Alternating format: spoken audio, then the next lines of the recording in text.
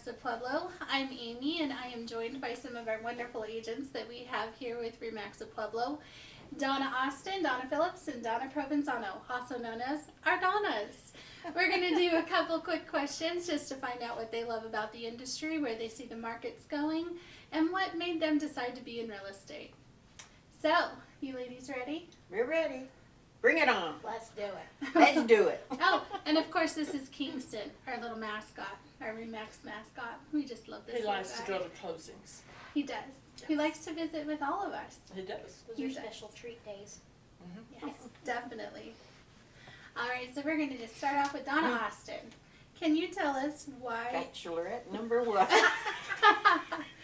Miss Donna Austin, can you tell us about your journey into real estate and what made you decide to become an agent? So I had a work injury. I worked in the grocery stores, and I bought my first house, and I was with a great agent who did a very good job, and I kept thinking, I could do this. So when I had my work injury, I decided between cosmetology and real estate won. Real estate was the winner. Very, very nice. Well, I'm sorry you got hurt, but we're very thankful that you're here. So, I mean, we win. Yeah. You know, injury for you, but win for us. Sometimes they're meant to be, Sometimes. even if they're painful. Yeah, that's true. Life throws things at us, and we just kind of take it and move on. So, Miss Donna Phillips, the same question. Well, I was in the aviation business, and I'm a pilot. Oh, Oh, wow, wow. I didn't know that. And it was getting on toward ready to sell that business, and I thought real estate would be fun. And I love it. So here you are. 23 years ago. So do you still have an active pilot's license? Mhm. So we can go get in a plane right now and just go to Vegas? Mhm. Yeah, very nice. Now we Let's just gotta go. find a plane. Gotta find a plane. Let's just find a plane. Let's just find a plane. And then Donna Provenzano. So tell us about your journey and what made you decide to become an agent. Well, before I did this, I was in dentistry for 15 years, and then all of a sudden my life kind of changed where I started getting kids, adopted kids in when I got 4, so I wanted to do something that I could be more flexible in my hours and my time, that I could spend more time with them, and decided to do this. And it's Here worked we out. are. Here we are. Now they're all raised, and They're all raised. Now you have all the grandbabies. yeah, but wait until you hear what my newest. Oh my goodness. I'll let you know when cameras are off. Oh, how fun, how fun. All right, so now you all have been in real estate for quite a while now, right? I think we were talking about this earlier. We have years of experience. 25 years. In this room right now, there's 25. Miss Donna, how 23. 23. 24. 20, wow, look at that. 23, 24, 25. Very nice. So literally years of experience in this room. What is one thing that you wish you would have known when you guys started?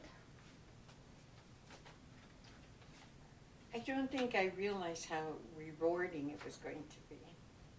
And it has been very rewarding, and I like to work with people and get them throughout the process. And it's been wonderful. Very nice. Miss Donna Phillips. Nothing. Nothing. I get nothing because nothing has surprised me. Mm-hmm. There was nothing that I wish I'd have known. Maybe I wouldn't have done it. Mm-hmm. It's so much fun. Is it? Good. Oh, Good. it makes you real happy when you make other people happy, whether they're getting their first home, they're downsizing, whatever. It's fun Very to nice. see those smiles It's at just the closing rewarding. table. Yeah, Yeah. it's a lot of fun.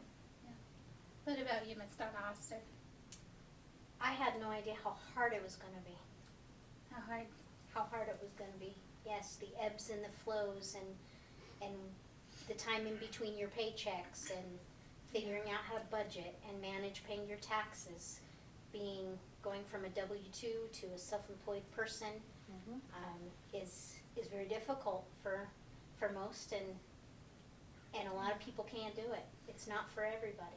That's true. I've heard that a lot, that going from becoming a self-employed status is difficult for a lot of people, especially when it comes to the tax side I of always life. say there's too many hands in the honey pot. You got appraisers and Yeah. inspectors, and you're juggling everybody, and you got to hold it all together, and the emotions, and talking everybody down from the ledge, and Yeah.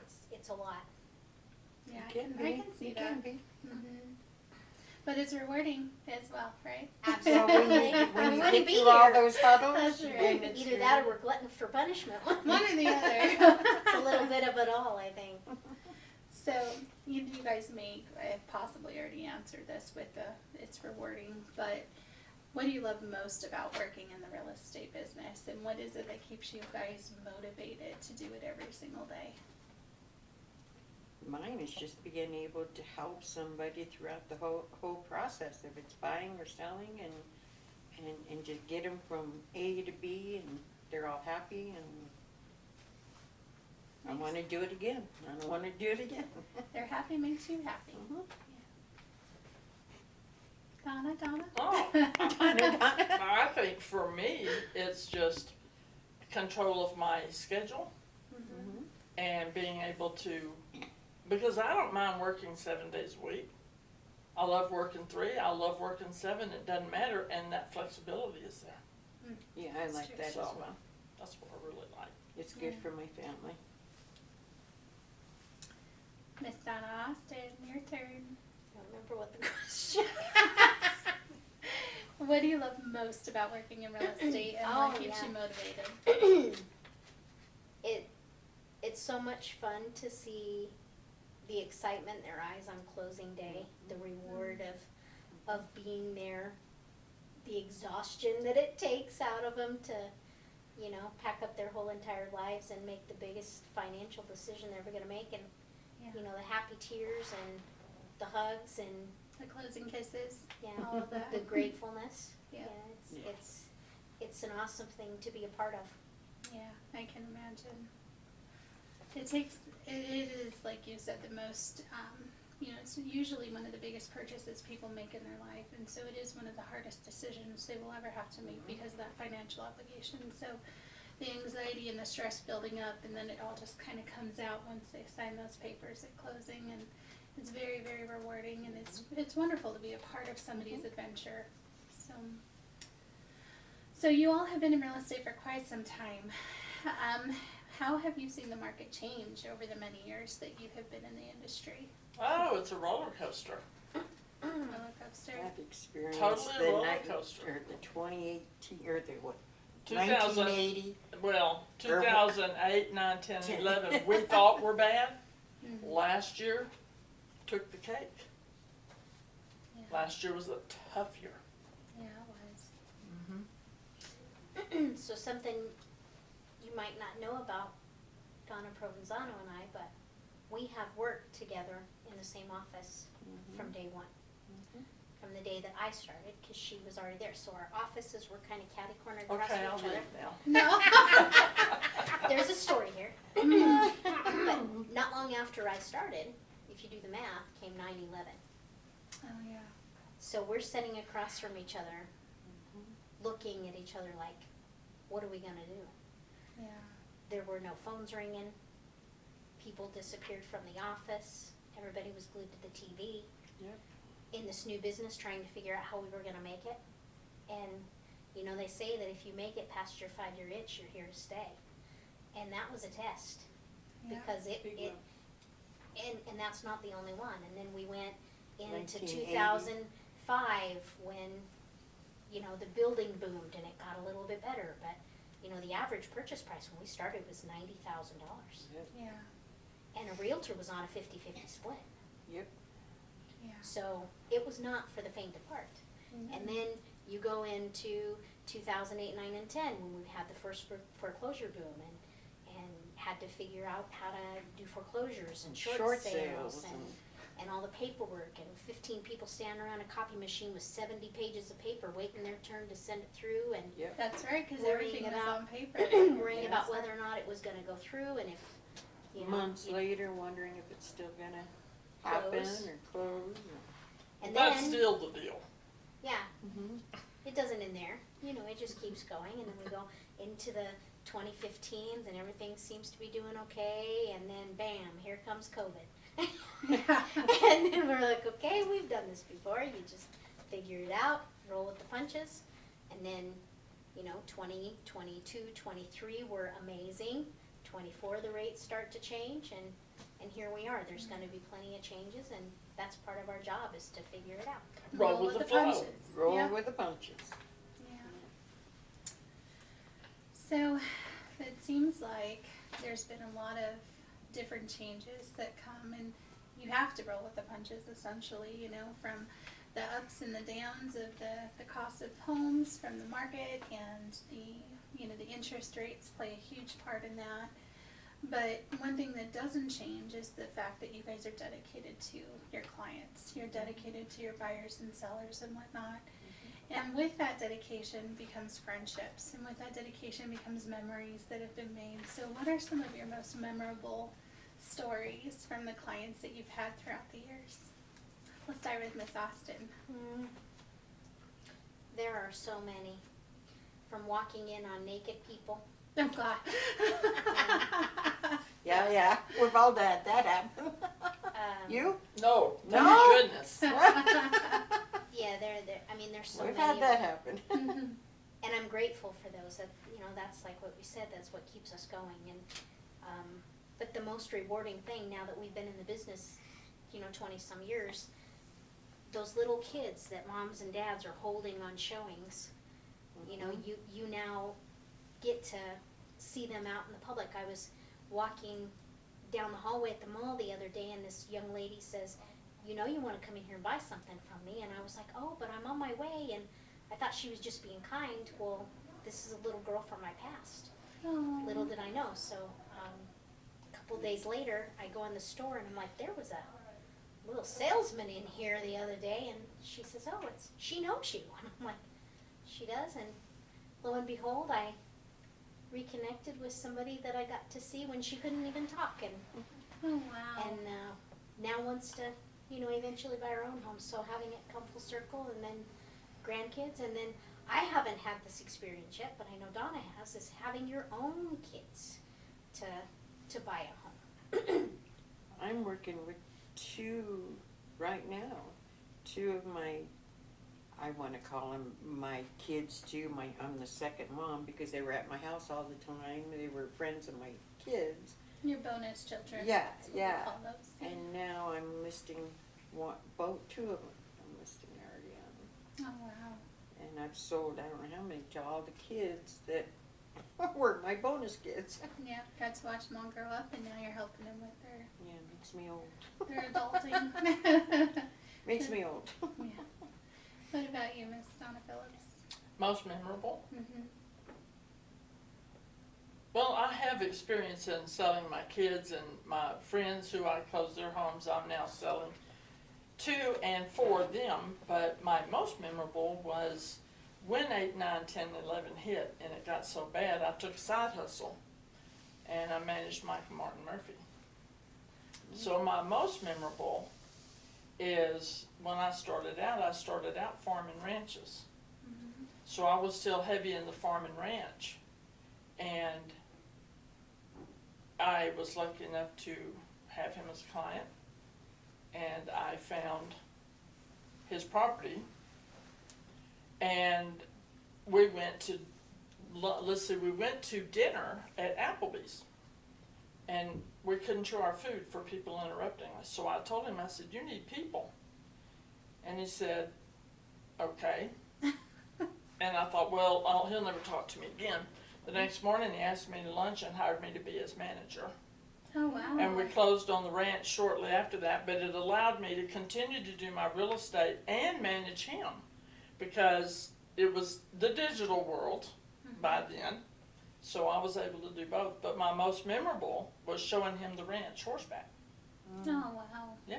That's I nice. used to take people out on land horseback, load my horses up, had very dead broke horses, and I'd take them out and we'd go riding. Ride the Aw. property, which they really get to see the property if they ride the property. That's Yeah. true. Yeah. That's very true. So let's fast forward to current day, and real estate changes constantly. One day to the next, we could have something from interest rates to, the market and whatnot. Miss Donna Austin, what are some of the biggest trends that you see lately? AI is a huge one. Yes, that is true.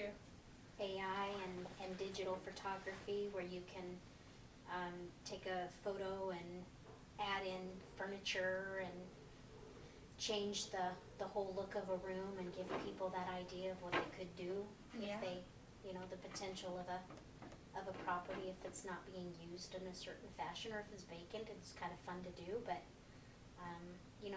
like Donna was saying, technology has come so far. It's not rocket science. They can see a lot online in the potential of a property, which we get to have fun with that too. Yeah, that's true. Go in and decorate however you want it to be, and then you just have to find the furniture. And 55 plus communities, which we have two coming to Pueblo. We do. So, people are living longer, and that's going to be a whole new concept and game changer for Pueblo as a whole. We don't have anything like that. So, That's very I'm true. excited to see what they look like. Got a lot of stuff coming forward, that's for sure. Mm-hmm. Donna Provenzano, what advice do you have for a first-time home buyer looking to enter the market and purchase their first home? To get all your ducks in a row before we start looking, make sure that you have all your finances taken care of, that, you just start saving your money right away, because you're gonna have some expenses in there. Yeah. Make sure if you have anything derogatory with your credit, to get it taken care of before we start. Look at, interview lenders, and talk to lenders. Get financing Get situated. financing situated. Find out if you're a first-time home buyer, what programs could be out there to help you, and you can go. Very nice. Can I And answer Miss- that? Well, sure. Yeah, so No. you're next on my No. list too. So. Now is a great time to buy, would be my suggestion to buyers, because it's all relative. So your rates are higher, your price is lower.